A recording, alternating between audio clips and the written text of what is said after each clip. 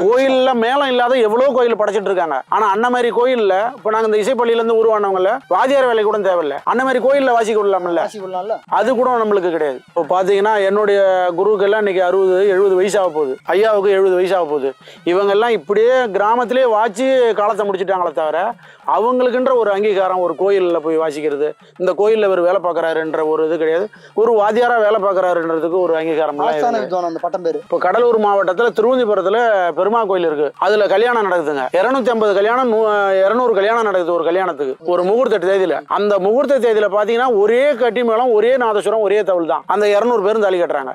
அப்போ அந்த கோயில்ல உள்ளவங்க ஒரு 5 பேருக்கு வாய்ப்பு கொடுக்கலாம்ல. 5 பேருக்கு ஒரு செட்டு அப்படின்னு சொன்னா அதுல எல்லாரும் போய்ப்பாங்கல்ல. ஒரே ஆளு அந்த 200 பேருக்கு அந்த கட்டி மேளம் அடிக்கிறதா, ஒரு 5 பேருக்கு ஒரு கட்டி மேளம்னு சொன்னா அவங்களும் 1000-2000 அதுல போய்ப்பாங்கல்ல. அது தவுள் நாசுரத்தோட நிலைமை இப்ப கொஞ்சம் கஷ்டமா தான் இருக்கு.